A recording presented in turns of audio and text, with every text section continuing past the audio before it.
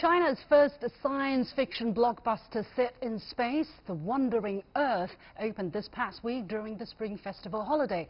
It was the biggest box office hit during the holiday and has already grossed 1.8 billion yuan or $265 million so far in the theaters. The film, shown in 3D, takes place towards the end of this century, in which the sun is about to expand into a red giant and devour the Earth. The impending peril forces the world's engineers to devise a plan to move the Earth to a new solar system using giant thrusters. Things go very badly when Earth has to pass Jupiter, setting off a desperate scramble to save humanity from annihilation.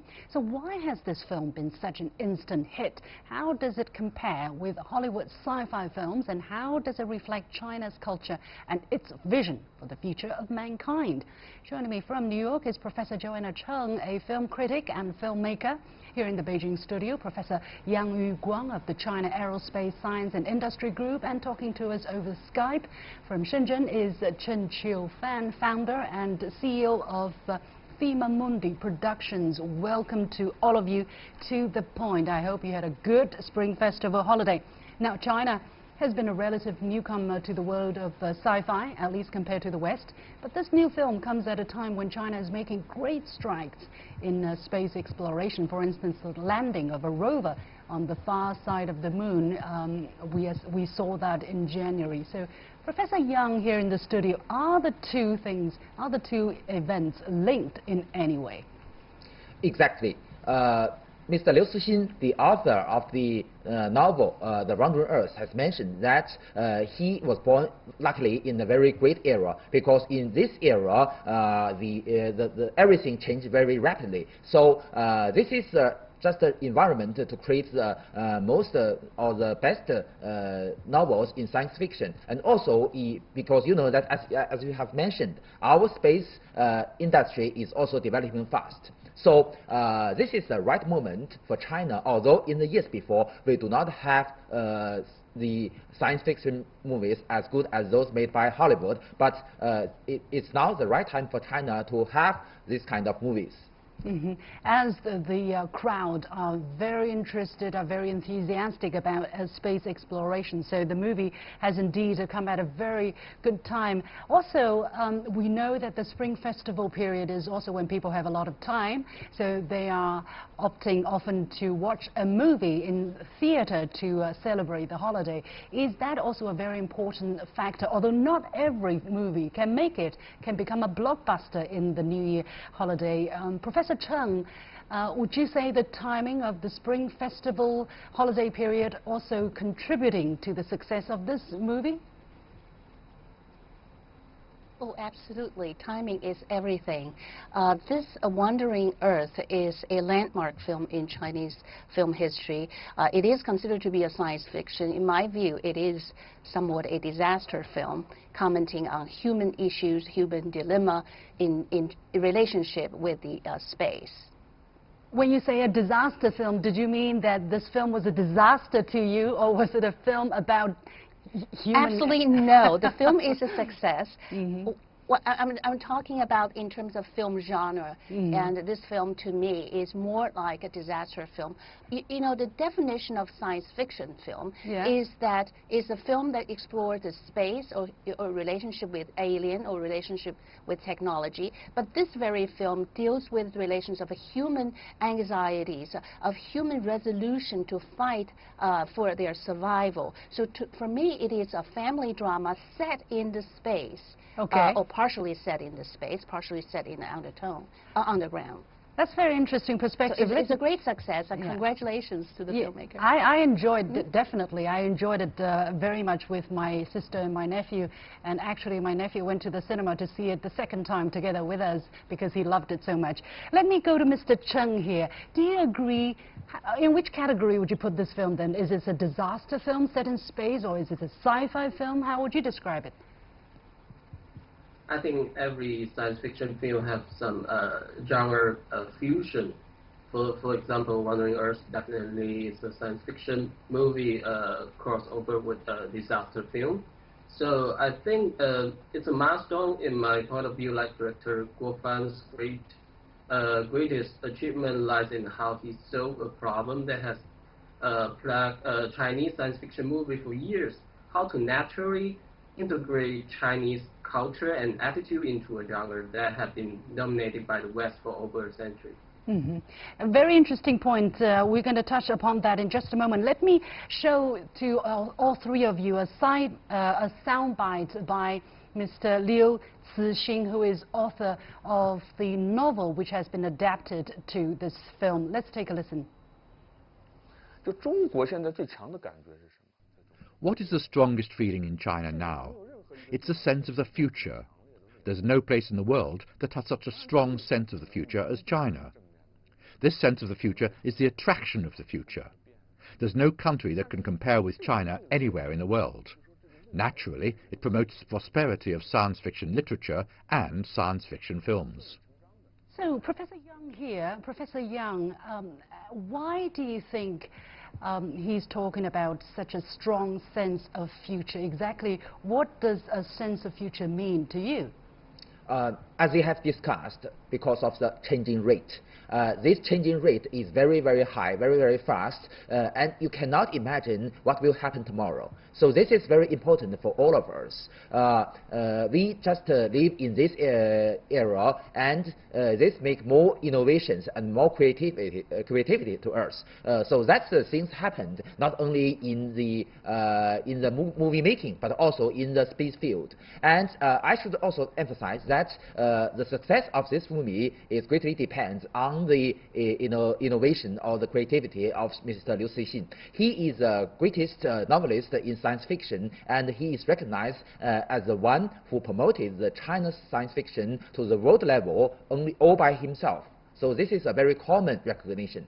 It's very interesting. Yeah, Liu Cixin was talking about a strong sense of future, but he also in the past talked about the Chinese society being relatively closed and conservative.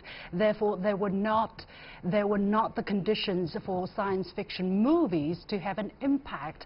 Obviously, he has been proven wrong. Professor Cheng, how can we explain the success of Liu Cixin's novel and film at this particular moment? Do you think the Chinese society finally has the kind of environment, the kind of soil that's necessary for the love of science fiction and for the success of science fiction films made in China? Oh, I would love to be very optimistic in terms of the creative environment Chinese filmmakers are facing. Well, with the new era we welcome into the 21st century, here we are in a time you can actually imagine a lot in terms of space exploration, but China has remained as a place where you still have to be very careful in terms of what you're writing. Censorship is still a big issue. So this Wandering Earth is a great film in terms of launching it at such a timing that it coincides China's growth.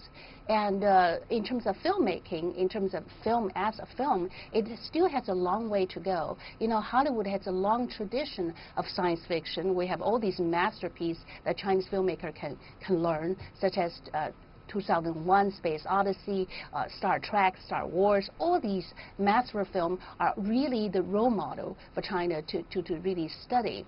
And I also think filmmakers need to be brave enough to confront the reality while they're exploring the future, the reality of how human beings preserve the Earth. That is the very theme of this Wandering of the Earth. And I hope they will really deeply confront China's reality in terms of how we humans preserve the Earth, in terms of dealing with our own, well, one has to start somewhere. Issue. Yeah, one has to start somewhere, and I think that the fact that this movie, which is domestically produced and written by a Chinese sci-fi writer, is also very brave first step. Mr. Cheng, how do you explain, how do you see the reasons behind the instant success of this film? Is it simply because it's the first Chinese-made sci-fi film that people are watching it, or is it really because it's a good film? I think there's a lot of factors behind this phenomenon film. Firstly, Mr. Liu Cixin's original work is brilliant, and secondly, the production team make great effort for 4 years, so they contribute a lot, and they make bold move to like from the investment, for the technology development, and even for bringing stars like Wu Jing to make a noise on the market. So I think the Chinese audience perception and conception of science fiction have largely been formed on the base of Western imports like Avatar, Interstellar, and 2012. So we are waiting for this kind of like Chinese science fiction blockbuster for so long. So the film industry has struggled to match the Hollywood's output and quality, which is why everyone is so exciting to see the Wandering Earth spark all these trends. You mentioned Wu Jing. Indeed, he is both an actor and one of the investors of this film. Actually, he personally invested about $10 million US, which saved this film from its premature death, let's say, or miscarriage. But he is also considered some kind of a controversial actor because of his the image of the roles that he has portrayed in films such as the Wolf Warrior 2, where his patriotism, his a very clear sense of himself and clear sense of self on behalf of Chinese people, have angered many or annoyed a lot of people, let's say, and people shun him for his so-called patriotism or nationalism. How do you look at the role of Wu Jing here, Professor Cheng, both as an actor and as an investor in this film? I'm so glad you mentioned this aspect of Wu Jing as almost a propaganda tool in some way. Some people say, Wandering of the Earth, this new film that he starred in. And do you say he's a propaganda tool? Undertone. I said that. I'm sorry. I said it in a very drastic way, but there's many friends who really believe this type of film are very nationalistic, propagandistic in many ways. What's the difference between a Chinese saving or Chinese astronaut leading the world to save the planet with an American superhero saving the planet? I guess there's no difference, and we are all human. There is no difference. So are you saying that we were also watching American propaganda films? Is that what you're saying? No, I don't really mean that. I mean all films made from China, and particularly Wu Jing's film. I really love him as a character, but the narrative that's being portrayed, it gives people this feeling of as if he is really promoting China. Look at this film. We see Chinese national flag on his arm every shot, and also we have this world government, in many American sci-fi movies, you see American flags on many shots as well, and they do it in a very subtle way as well. I think the difference is probably there. Mr. Cheng, what's your point here? I have about 20 seconds, please. Well, for me, I'm more curious how the Western audience will react upon seeing this film. And with a wild international release, The Wandering Earth might spark discussion of all this value and cultural conflicts. Okay, Professor Yang here in the studio, very briefly, how do you see this issue? Well, I think this movie and this kind of movie in the future have two very important roles. One is that it will let the public know more and better understanding of our space field. This is very important. The second is that it will exert and encourage young people to choose the space technology or other technological field as their career. All right, thank you so much. We're going to leave it there. That's it for this edition of The Point with me, Liu Xi, and I'll see you tomorrow at the same time. Thanks for watching.